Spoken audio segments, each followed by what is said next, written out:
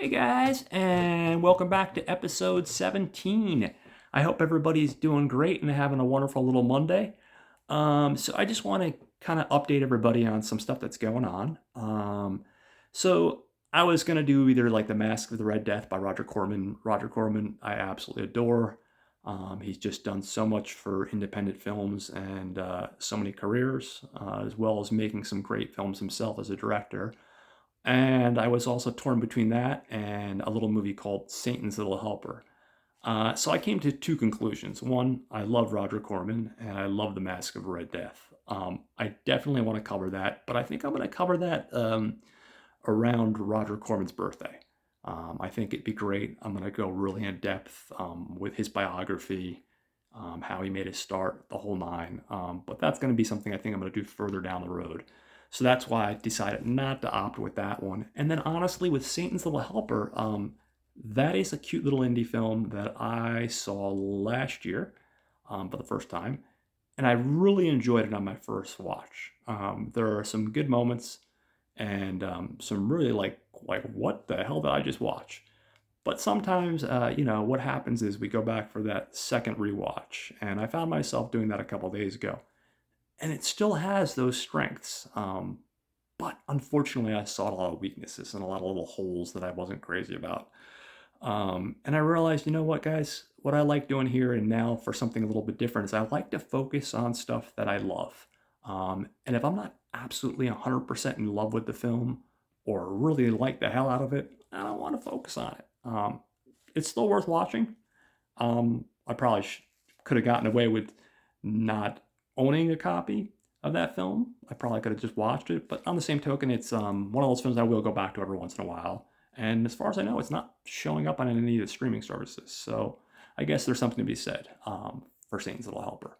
With all that said, what I am going to be covering today is a little independent film that isn't talked about nearly enough in the horror community, and it's called Some Guy Kills People, and it stars Kevin Corrigan.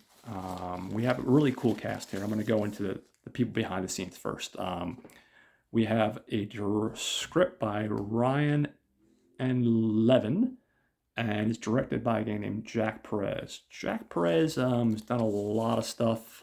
I'm not familiar with it. You guys might be.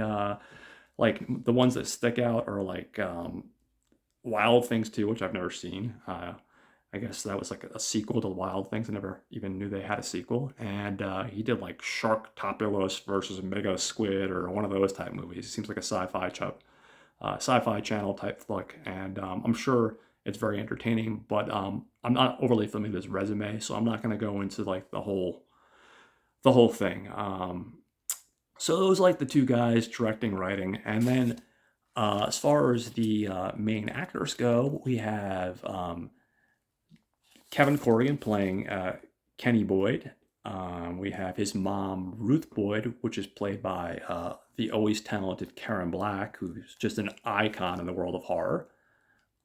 We have the love interest, Stephanie, played by Lucy Davis. Now, Lucy Davis, for some of you people that are like big fans of The Office, she was apparently in the original UK version of The Office. I'm not familiar with the UK version of The Office. I'll be honest, I'm not even overly familiar with the American version of The Office, and I feel like I get a lot of shit from that from people because they're like, "You gotta watch The Office. It's the greatest show ever made." All that aside, she's wonderful in this part, and my hats go off to her.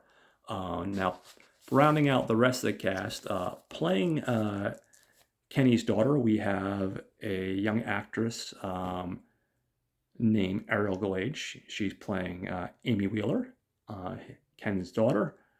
We have Kenny's best friend, Irv, which is played by the talented Leo Fitzpatrick. We have the sheriff in town, Sheriff Walt Fuller, and that's played by Barry Bostwick. And Al Fugger, who's Kenny's boss, and that's played by Lou Beatty Jr. or Senior, Lou Beatty Senior. Excuse me, Lou, got your name wrong. And we also have the deputy, whose name is Ernie Dopkins, and that's played by Eric Price. So that's the general cast, at least the ones that are, I think, majorly important to the story. I'm not going to break down the entire 38 cast members, but that's the main people we're going to focus on. Now, excuse me with my cheat sheet, guys, because I gotta have it. It comes in handy. The movie opens up and it's in black and white, and we see Kevin Corrigan as Kenny, and he's tied up into a chair and he's gagged, and he's getting attacked by multiple guys. They're wearing these high school letter jackets, so they're apparently athletes, and he's just getting the kind of crap kicked out of him. You could see the look of fear on his face. They pull out a comic book and they said, "You want to make fun of us? You think it's funny to make fun of us with you and your stupid comic book? Make us look like idiots?" As they're beating the crap out of him. So that's a little thing that's plays an importance. So that's kind of why I bring it up. And from there, we cut to present day. We go from a black and white scene, and it's now in color. And we see our guy Ken pull up in an old beater, probably it looks like an old Oldsmobile, and he's at one of these 50s diners, and he pulls up and he gets out of his car, and we're introduced to his best friend Irv, and Irv comments, he's like, "Dude, you're late again? Are you trying to get fired?" He goes inside, and we meet Al, his boss. He's an older black gentleman, and Al says, "Hey, listen, people thought I was stupid for hiring a guy that was, just released from a insane asylum, but you know what? I'm always about giving people second chances, but you gotta kind of get your shit together and, start showing up on time. We can't have this, showing up late stuff. I got a business to run." And he kind of says it kind of abrasively, so Al kind of comes off a little bit kind of like a prick, but on the same point of view, not the same point of view, but from the same perspective, you can see it from an owner of a business. He's got a business to run. So we kind of see hey, he's right. You can't, be tardy for work. Not a good thing. So we go from there, and in this diner, we are introduced for the first time to Sheriff Walt Fuller and Deputy Ernie Dobkins. We find out that Sheriff's dating Kenny's mom, and he actually makes a comment about how, hey, if the house smells later on of fragrances, that just means there's some stuff going on in the back room, and he kind of casually busts Kenny's chops. Kenny, of course, is very awkward by, he's a kind of a shy, introverted character to begin with, but hears that and he's like, "Oh man, this isn't the last thing I need to hear about is my mom and the sheriff." And, like most people would do when they hear about their mom being intimate with someone. So it's a little bit of an awkward scene, but it provides a little levity there, and we get introduced to the sheriff and the deputy.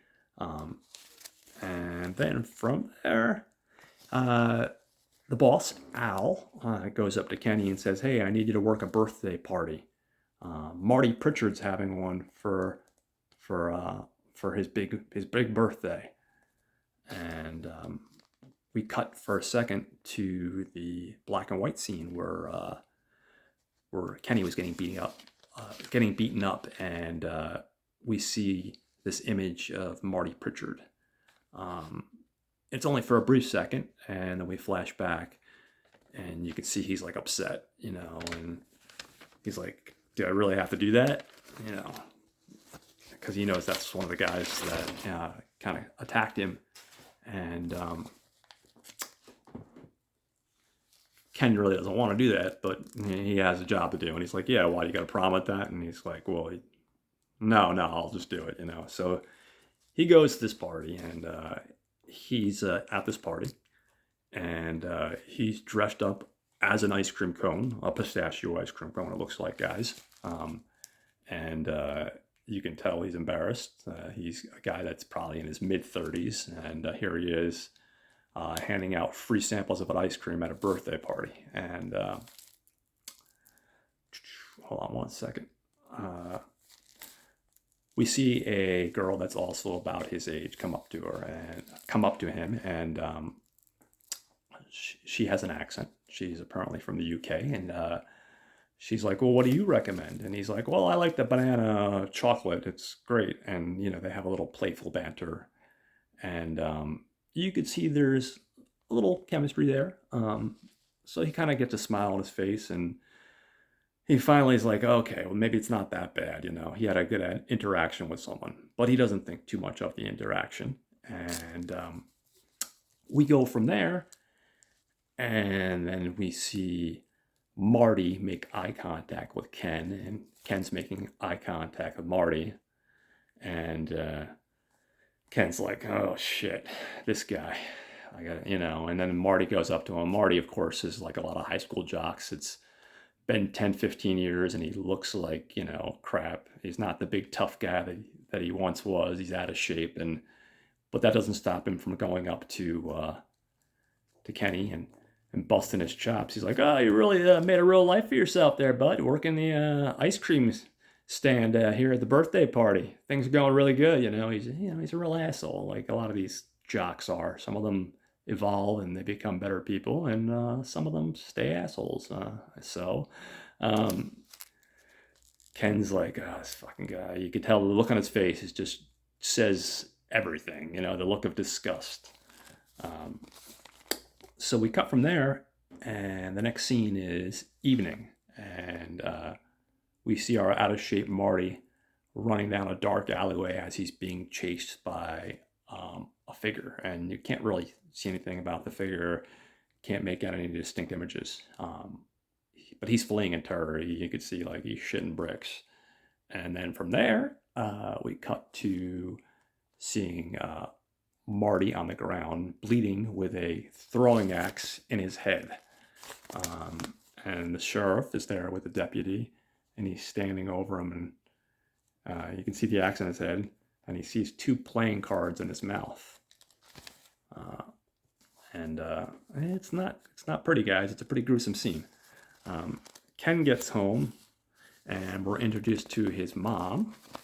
Just hang tight for 1 second, guys. I have to turn the page here, and I have to grab something from another one of my cheat sheets. So bear with me for just a second here. So we're introduced to his mom, the lovely Karen Black, Ruth Boyd, and she, asks him how his day was, and he's like, fine. He obviously doesn't want to talk, and she busts his chops about how he never wants to say anything about his life. He never wants to open up, and that he has to do something about that. He has to change, And from there, we cut to the next day, and we see the sheriff interviewing our victim's wife, Marty's wife. She's being interviewed, and he's like, do you know if he had any enemies? And she's like, I don't really know. He's not around much. She said, if I'm being quite frank with you, and maybe I shouldn't be saying this, I'm really not that upset. He didn't treat me very well, and he cheated on me constantly. So, to be honest with you, I'm not all that broken up about the whole affair, So you can kind of get a feeling for how loved Marty was, guys. Not exactly going to take home the Husband of the Year award.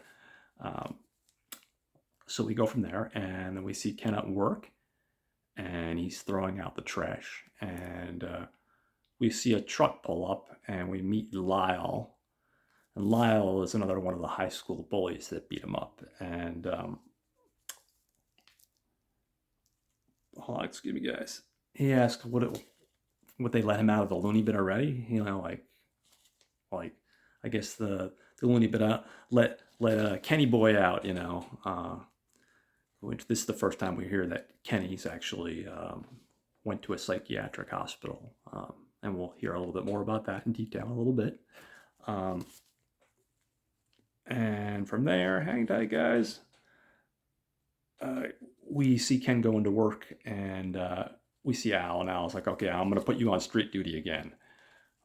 So Ken gets the wonderful pistachio ice cream cone costume, and he's on the street, and some asshole just kind of like kind of bumps into him, not paying attention, and he drops all his flyers on the ground. And while he's in the process of dropping all these flyers on the ground, a little girl, she's probably around 10 or 11, dark hair, helps him and says, "Oh, are you all right, mister?" She's sweet and she's concerned, and she sees someone that's not having the best day, and she helps out. Um, and then from there, later that night, we see Ken, and he's drawing a little horror comic book, because that's how Kenny vents out his frustrations on the world. He's a creative man, and we see a guy getting choked with a rope, and it looks like it's one of our bullies. So you can see Kenny kind of gets his frustrations out through his drawings and his creativity. And then from there, we see his mom come in, Ruth, and she's making fun of him because the buzzer on the stove is going off, and she's like, "Well, I'll get that. I don't want the gas to kill you." She's like, "I'm not going to make life that easy for you. I'm not going to let you die of carbon dioxide poisoning from the gas from the oven." She's like, "You're going to have to try harder than that." And she gives him his food, first with a fork and a knife and a spoon. It's a little frozen dinner, and then she takes it with a knife. She's like, if you're going to kill yourself, you're going to have to use the spoon. I'm going to make things a little more difficult, busting his chops again. They have that kind of relationship laced with sarcasm. So now from there, we go to our next scene, and we see the young girl from earlier that day on the streets that helped Kenny pick up all the papers that fell everywhere. And we're introduced to her as being Ariel, and she has a conversation with her mom and her mom's boyfriend, who are super religious people. We find out they're going to church for the evening, and they give her a frozen dinner, and they leave her for the night. And they leave, and she's like, "Man, I wish God would grant me pizza. That'd be great." Being sarcastic. Excuse me. We see her from there go into her bedroom, and she's playing with a little jewelry box, and she pulls out this necklace, and then she's on her bed, and she's just kind of throwing the jewelry box up in the air, and it falls, and when she goes to pick it up, on the bottom of it, it says excuse me, not Amy, not Ariel, guys, I made the mistake, it's Amy, to Amy from Dad. Love Dad. So she's kind of looking at it, and she's kind of confused. And then we see her in the living room. Her mom gets home with her boyfriend, and she's like, "We need to talk." And her mom's like, "Why? Why are you upset? What's wrong?" And she's like, "You told me you got that jewelry box for me, not Dad. Why did you lie to me about this jewelry box?" And she's like, "What else did you lie to me about my father?" She's like, "I want to know more about my father." And she's like, "You don't need to know about your father. Your father was a troubled man." And she's like, "Is he alive?" And she's like, "Yes, he's alive." And she proceeds to find out her father's name and get some more information out of her mom about her father. So we kind of have like this tense moment. And then from there, hang tight for 1 second, guys. Again, sorry for the little adjustment there. We cut to that night and later in the evening, and we see an empty drive-in, and we see a guy pull up in a sports car. We find out later his name is Wade. At this point, we don't know his name is Wade, and he looks like he's a bit of a character. He looks like he's out of his mind a little bit. He answers a phone call, and he's like, "Yeah, man, you said you bet me I couldn't drive over here high as a kite on meth. Well, guess what? I did. So you owe me that money." And then all of a sudden, we see a car pull up. And at first, we can't really make out the details of the car. We just see spotlights. And he's like, "I gotta go. Somebody's here." And from there, he gets beaten to death with a machete. And then his head is sliced off. And that is how our man Wade is taken care of. Now, from there, we see the sheriff and the deputy show up, and they arrive on the scene. And from a distance, we see Ken hiding, and he's mouthing off, "He deserves it." So we're like, "What the fuck, Kenny?" As a viewer, we're like, "We know you are a little bit scarred. We know that you like to draw, and you like to draw some pretty graphic things. But Kenny, what's going on here, man? You going around killing people?" As the viewer, at least those are my thoughts when I'm watching this. So we go from there, and the next night, the sheriff comes over for dinner and mentions the death of Wade. And he asked Kenny, he said, "Kenny, you went to school around the same time as this guy. Do you know him?" And Kenny's like, "Well, like, I know him, but like, I don't really know him that well." You know what I mean? Kenny's kind of a quiet guy, and he's kind of introspective, and he doesn't like to talk unless he's socially awkward. He doesn't like to talk unless he has to, you know. Really, Herb is the only real friend that he has. So the next day at the diner, we cut to, and it's the afternoon, and we see a young girl show up, and lo and behold, it's Amy, the young girl from earlier, and she shows up around closing time, and she introduces herself as his daughter. She said, "I just wanted to thank you for giving me this jewelry box, and I just found out recently." And he's like, "You're welcome." And, you know, he's still introverted, and at this point he's a little bit shocked, you know, like he hasn't seen this girl um, his entire life, nor has she seen him. She leaves, and Irv is there, and he's like, "Dude, I can't believe you had a daughter. I didn't even know you had a daughter." And he explains to her how after high school, for a brief period of time, not very long at all, he dated a girl named Janet, and he found out after a few weeks that she was pregnant, and he wanted to do the right thing. So even though he didn't know her that well, he proposed to her, and she basically told him, like, "I don't think this is a good idea. What we had wasn't that serious, and I don't think we'd work together well. I don't think it'd be a good fit," essentially.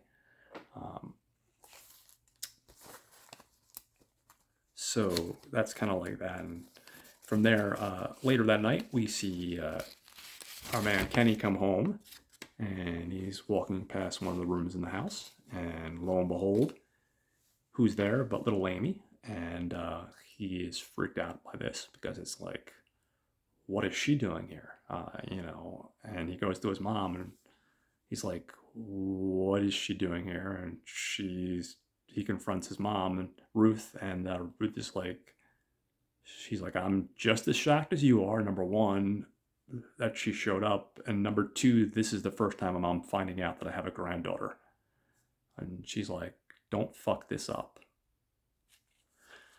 So the next day, he's telling Irv, he's talking to Irv, and Irv's basically, you know, another one saying, "Hey, listen, this is great. You know, you have this daughter that you never really knew before back in your life." And he's like, "You know, I need you to get your shit together. You don't want to be like me, a fucking loser." And he's like, "Irv, you're not a loser." And he's like, "No, you don't understand. While you were away in that psychiatric unit for all those years," he's like, "I tried doing different things, and I even tried becoming like a deputy, and the sheriff all but laughed at me." He's like, "You know, you have potential. You have this great creative ability to draw things.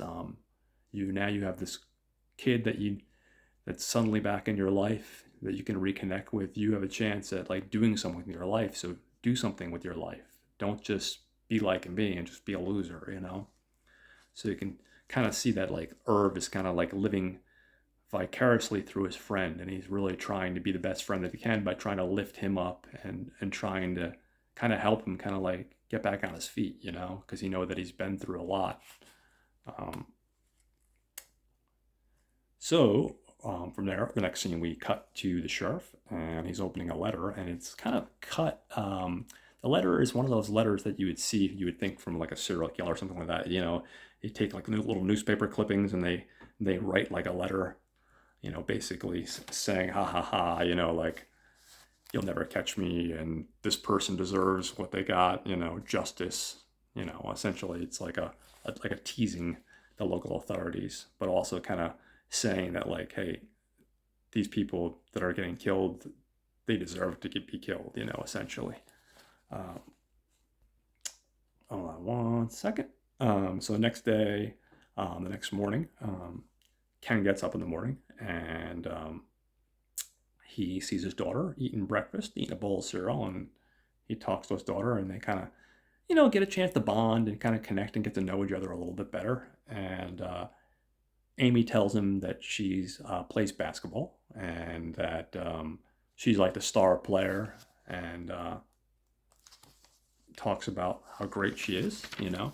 And Kenny's like, "Oh, that's great." He's like, "You know, I once upon a time was on the basketball team, but I wasn't the star player." He's like, "I tried out and I ended up becoming, you know, the team mascot." She's like, "Oh, well, that's pretty cool, you know."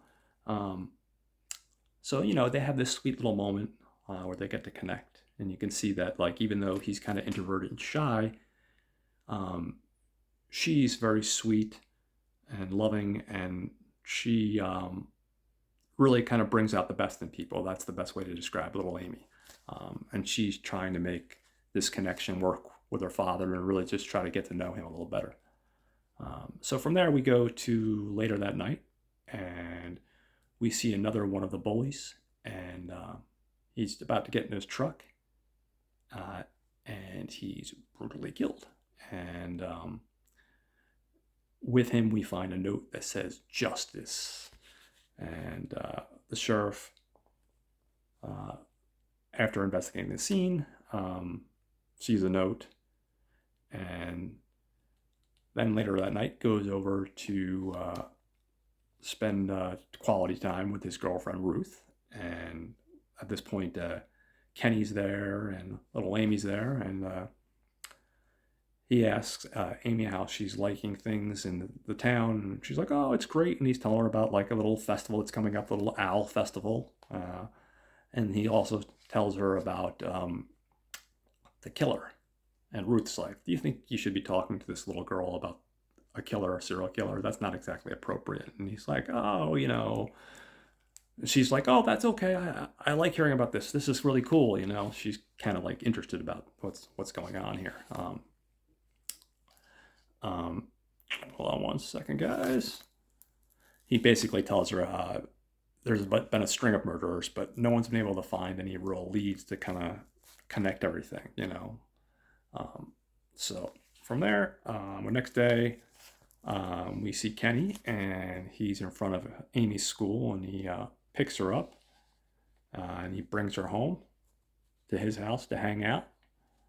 Oh no, excuse me, not to hang out at home. He brings her to work with him, and she's hanging out, and they're catching up and talking. And who shows up? But we see the young woman that Kenny met in the beginning of the film when he was at Marty's party, Stephanie, and Stephanie shows up at work, and she's like, "Hey, you know, it's good to see you again." You know, she acts surprised that he's there, and they kind of flirt. And she's like, "I'll tell you what, I'll trade you my number for a scoop of ice cream." And he's like, "You know, I'd love to do that, but my boss is a cheapskate, and he'll notice if any money's missing or if I'm giving away free stuff." Well, she still gives him the number anyway, and later that night, we see Kenny at home with Amy, and she decides to teach him how to go on a date because he didn't plan on calling Stephanie. He's too shy. He's like, "Oh, I'm not going to call her, you know." And she's like, "No, you have to call her. What are you, crazy? She obviously is into you, you know." So they have this little cute moment where his daughter teaches him how to be a little bit more sociable and go on a date. And again, he hears from Ruth, his mom, not to fuck things up with his daughter because she's obviously becoming very attached to the daughter as well. Just hang tight for 1 second, guys, here. My pages are sticking together, my cheat sheet here. So the very next day, in the evening time, we have a big date, and they're at this little diner, and they're kind of getting to know each other a little better. And she tells him that she's been in Cincinnati before this, and she was in a really bad relationship, and she needed to kind of mix things up and change things. So she moved to this little small town that they're in, and she asked him if he's ever traveled. She said she's originally from the UK, and she's traveled here and there, and she enjoys it. And he says, I haven't really been around too much, and I've just kind of mostly been around this town most of my life. And she's like, really? You've never been anywhere? And he's like, yeah, I've kind of been mostly in the same place for quite a while. And he, at this point, tells her that he admitted himself into a psychiatric hospital and he was there for quite a few years. And she's like, well, what happened? And he's like, basically, I dealt with really bad depression and anxiety and trauma, and by being there, I felt like it helped me a little bit to get my life together, back together a little bit, And he said, I still got a long way to go, but it made a difference. She's like, well, you know what? I'm not judging anyone. She's like, my last boyfriend used to tape me while I was sleeping. He used to videotape me while I was sleeping. So, it kind of shows you people's true character and what their intentions are. And, obviously he was he's nothing good to be around, essentially. So from there, they proceed to go to a little art gallery, a little showing, and they're looking at these paintings, and he accidentally knocks into one, and it drops to the ground, and he's forced to buy the painting. So he kind of makes a remark about how that's kind of silly that they make him buy the painting. The painting's not damaged. He gives that to Stephanie as a gift, and we end the big first date. Like I said, we can tell there's a lot of chemistry between these two. They kind of connected, and it had a good moment. And from there, we see Ken in his beat up old Oldsmobile, and he's outside of the local army surplus store. He's in his car, and he's just kind of drawing, and he's drawing another brutal scene of somebody getting killed. And we hear a tap on his car window, and we look over, and it's the sheriff. And the sheriff's like, what are you doing out here late at night, sitting in your car? And he's like, oh, what are you doing, some drawing? And Kenny's like, yeah, I like to draw, it helps me get out my creative process, and kind of like some people like to write in a journal or whatever, I like to draw. And Walt's like, well, let me take a look. And Kenny's like, I don't like sharing my work with other people. And Walt's like, come on, let me see it. So very quickly and casually, and Walt doesn't catch this, he flicks the paper to another drawing, and this drawing has a picture of little Amy. And he's like, oh, wow, you're really talented. I can't believe it. You've got so much talent, and from there, he leaves. And 1 second, guys. The next day, we see Ken, and he's at the local basketball court at the school that Amy goes to, and he sees little Amy kind of in the background, and she's shooting a hoop, and everybody else shooting some hoops. Everybody else is together, and they're practicing as a team. You can see that she's not the star player. She's basically the bench warmer, and you see two girls come over. They're a little bit taller than she is, and they're making fun of her about how bad she is. And they're like, why didn't you even bother to join the team? Like, it's like, you clearly suck. And she's like, why are you being mean? She's like, I don't suck. You're the ones that, if anything, you're the ones that suck, but you're not sucking at basketball. You're sucking at other things, if you know what I mean. She kind of has a little witty comeback there, and excuse me. From there, we see him in his car, Kenny, excuse me, in his car, outside of basketball practice, and he sees the two girls that bullied him. He's like, you guys, it's easy to pick on someone smaller than you. You got nothing better to do than bully people. And they kind of like laugh at him. And because he's not paying attention and he's driving his car, he kind of crashes into the back of another car. We go from there, and then our next scene, he's out on a date with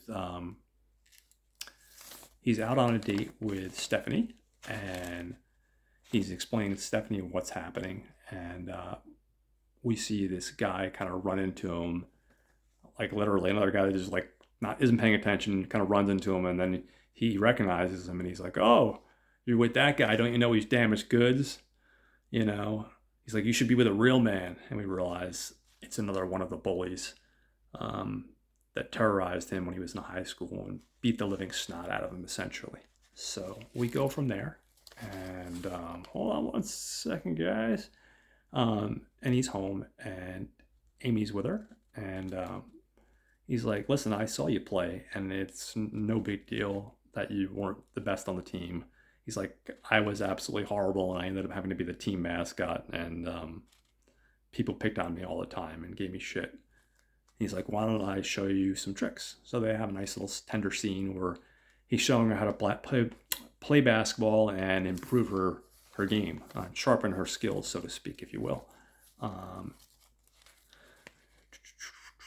At this point, we cut to the sheriff and the deputy, and he has a little board in his office, and he's seeing all the notes that the murderer left, and how they were all cut from the newspaper and magazine clippings to write notes. And then he's going to to all the people that died, and he's going like, "Well, what's the connection?" He's telling the deputy, and the deputy's like, "I don't know. Like, I mean, they were all people that went to high school. They were all high school friends, right?" And they're like, "Yeah." And he's like, "Beyond that, what else is the connection?" And that's when he realizes, like, hold on a second. And he finds an old high school yearbook, and he realizes they were all on the same basketball team back in high school. And he's like, "Oh, okay." And then the deputy also shows him some tire tracks that were found at the scenes, and he tells the deputy to call all the local tire places and see if they can get like a make on that specific tire and who came in recently and bought tires for that particular vehicle, and see if they can narrow down the search a little bit to try to track down this killer. So from there, we see the Army surplus store, and we find out that gentleman's name was Ronnie Howe, and we watch him being stalked throughout the store and then brutally killed. Hold on one second. Later that night, we see Amy going into her father's room, and she sees the notebook that he has, and of course she sees the drawing of herself, and she smiles, and then she sees all the drawings, all these brutal drawings, and the things that they're depicting, and she's just kind of like in shock. And she thinks, "Oh wow, maybe my dad's more damaged than I thought," and it just kind of like really scares her. So she goes back to her house with her mom and her mom's boyfriend, and she's like, "You were right about him. I think he was a loser. There's something wrong with him, There's something that's just not right about him. He's something damaged, essentially." Ken gets home, and he realizes she's not there, and he's really upset. He shows up to work tomorrow, the day of the big game, and picks up a shift that he didn't have to pick up. And Irv's there, and Irv's like, "Why are you here? Aren't you supposed to be at Amy's game?" And he's like, "Well, I was, but I don't think she wants me in my life. I don't think she wants to be a part of my life. She left suddenly without any kind of answer or anything." And you can see he's really upset, and he's kind of like just shut down emotionally. You know, this guy's been through a lot throughout his life, and I think things were starting to get good, and this is something that just kind of set it off, so to speak. Um, so we cut to that, and then we see Stephanie trying to call him. Um, she leaves a voicemail like, "Hey, is everything all right? Are you okay? We're supposed to go to Amy's big game tonight, and I haven't heard from you." And you can see she's a little bit upset when she's making the phone call. And what's interesting is Amy actually is, of course, warming the bench at the basketball game, but there's like 30 seconds left in the game, and the coach lets her go in. He's like, "I don't even think you can mess this up at this point with 30 seconds left." So she has her moment to shine, and of course, nobody's there to see her moment to shine. She's looking at the bleachers, hoping that her dad, even though she's a little concerned about him, thinking there's something that might be off about him, she's looking at the bleachers and realizing he's not there. I guess she's kind of hoping that even though she knows there's issues with him, that maybe he would have shown up and they could kind of fix things. But alas, that was not meant to be, apparently. So we now go back to the diner, and Kenny's there, and Stephanie shows up, and it's dark, and he's by himself, and he's just sitting in the dark. And she's like, "Are you all right?" She's like, "I was worried. You never called me or anything." And he's like, "I had to work." She's like, "But you couldn't call me to let me know?" She's like, "I was concerned." And he's like, "I don't think this is going to work. I'm sorry. Now leave." And, it's rather abrupt. You can see that he's just not in a good place. So she leaves very upset, understandably so. And the next night, we see Amy, and she's actually outside of Irv's house. She's knocking on the door. She's like, "Hi, Irv." And Irv answers the door very nervously. And she's like, "Can I talk to you and ask some questions about my dad?" And he's like, "Sure, I guess. Come on in." And he's like, "Hold on 1 second. Let me go make you some like hot cocoa or something." And she asks why he hated those guys so much. Hold on 1 second, guys. Back up for just a second. Right after the scene with Stephanie and Stephanie and Kenny, he gets home, and Walter, the sheriff, is there, and the sheriff arrests him. And we find out the tire tracks match tires that Kenny bought at the local tire shop. And then also we find out that Walter went into his room and found the notebook with all these depictions of horrible killings. And he thinks those two things were enough evidence to indicate Kenny as a possible suspect and more than likely the killer. And if you're watching the movie, it seems like along the way, that Kenny is our killer. So I had to retrack. Sorry about that. So we flash back here to we see Amy, and she's talking to Irv, and basically Irv says those guys picked on her father. They brutally beat him up and just made life hell out for him. He said that he made this comic book as a way of getting back at them for being picked on, and that's when they took it to the next step and they beat the shit out of them. In the background, we kind of hear a noise, and at first it kind of sounds like it might be a cat. She's like, "Oh, do you have a cat?" And he's like, "Yeah, I have a cat." She's like, "Can I see it?" He said, "I love animals. I love cats." And she's like, "What kind of cat is it?" And he's like, "Oh, it's just a regular cat." And she's like, "Well, I know, but there's like 40 different breeds of cats." And he's like, it's not important. He's like, I think you should leave now." And then we hear another noise, and this sounds a little bit less like a cat. So he rushes her out the door, and she kind of, smart kid, kind of looks at him like, okay, something's up with this guy.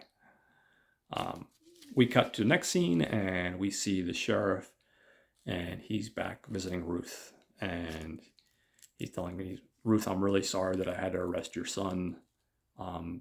But based on some of the evidence that we've seen, we think it's a very distinct possibility that he's the guy that's been going around doing these killings. You know, he was the mascot on the basketball team. Lo and behold, the basketball team, everybody on it's been murdered. He was beaten up by these guys. I found this notebook with all these drawings of brutal killings that look like the basketball players, and he's like, it's kind of adding up. And then he glances at the refrigerator, and on the refrigerator, he sees these little notes that were made, similar to the ones the killer made, with clippings and stuff. And he's like, where did those come from? And she's like, oh, well, like little Amy made these, you know. And he's like, oh. And then he's like, hold on a second. So if he didn't make the clippings with the notes, then, you know, he's thinking to himself, like, well, then maybe he's not the one that did this. And he goes back and he starts questioning, he goes back to the police station and he starts questioning Kenny again. And he's like, so maybe you're not the killer, or maybe you're just doing this through the notebook to creatively get out your frustrations. And Kenny doesn't say anything, so he doesn't really know what's up. And he's like, who else would do this? Like, who else would be so angry at these guys? And then it pops in his head. He thinks maybe Irv. And at this point, little Amy has snuck in the window of Irv's apartment, and she's hearing a muffled noise, and she opens up a closet and she sees the boss at the diner, Al, tied up. And just as she's about to untie him, Irv walks through, and Irv has this big struggle with her. And then Walt barges in the door, and Walt tries to stop the big struggle from escalating even further. And essentially, well, with the help of his deputy, he arrests Irv. And then Irv breaks down and confesses everything. So we realize all along, you know, it was a big red herring with our man Kenny being the one that was, you know, pointed to be the one as a viewer we're led to believe with the drawings and everything. We're seeing him and we're all thinking like, okay, he's the killer. But obviously it was not. It was Irv. Irv felt that whatever happened, the stuff that happened to Ken throughout his life was never fair. Being bullied, brutally beaten, being thrown in, being admitted to a psychiatric hospital. He felt that like this was his best friend and he didn't deserve this. And he saw that Kenny was never going to do anything about it. So he felt that he should do something about it. And once he did the first killing, he realized how much he enjoyed it. And from there, he continued to kill the rest of the team. So we go from there, and the next day, we see Kenny, and he's picking up his daughter, and he's, you know, obviously they've reconnected. His daughter realizes that, you know, dad's not a psycho killer, thankfully, always a good thing. And he tells his ex, he's like, listen, you've had, you know, Amy for the first 11 years of her life. And he's like, I just want to be a part of her life now. And I think that's a reasonable request. And she's going to start spending more time with me. So he reconnects with Amy. And then we go to see Stephanie. And he explains everything to Stephanie. He's like, listen, Stephanie, he's like, I'm so sorry. This is what happened. And they all reconnect. And he gets back with Stephanie. And we have a little happy ending. Now, like I said, guys, I really enjoy this film. And I think it's definitely worth seeking out. There's been a DVD release when it first came out. I stumbled upon it through good old Blockbuster. And since then, this Blu-ray release, I think this is another one by Radiant Films, if I remember correctly. It's definitely a good little film because it manages to make a slasher film have art. Who does that? You know, some guy that kills people. Jack Perez. I'm not familiar with the rest of your filmography, but you made a good movie here, and I definitely think you guys should all check it out. I think you'll really enjoy it. So with that said, guys, that's episode 17. I hope you enjoyed it, and definitely seek out the movie because it's well worth your time. Um, I want to give a big shout out to all my people for following me and all the wonderful feedback I've had. It's appreciated. A big shout out to the Not a Bomb guys, Brad and Troy. This week, they're going to be covering Dr. Giggles. Now, that one has eluded me, so I'm looking forward to that. These guys do a great job every week. They cover stuff that bombed at the box office, but as we all know, just because a film bombs at the box office financially does not mean that it is a true bomb. Sometimes there are some great films that just don't do well financially. On top of that, we have Sammy and Will over at the Gentleman's Guide to Midnight Cinema, and they're going for an older film this week, from what I understand, called Vampire. I think it's a film from like 1915 or 1916. These guys cover a wide variety of films, and I'm really looking forward to this week's episode. It looks genuinely interesting. It's a film that you can find on the Criterion channel if you have on the Criterion channel. I'm not 100% sure where else it's streaming, but you could definitely find it there. And it'll be new to me because I haven't seen it, and I've seen a lot of cool vampire films, so I'm really looking forward to that. And then we have Justin and Jose, and those guys are from Watch Skip Plus. These guys cover all the stuff that comes out in the movie theaters every week. They also cover streaming stuff, and they have an interesting part of the show, which is really cool, called the Plus part of the show. And what the Plus part of the show is each week they talk about something that they're interested in. It might be a video game or a streaming show or a new art gallery they've gone to, or maybe a new product that came out, and they talk about it. It's a really cool aspect of the show. So definitely check all those guys out, and I hope you guys have a great week. If I have time, I'm going to try to possibly squeeze one more episode in. Otherwise, I will see you guys next week. So I hope you guys have a good day.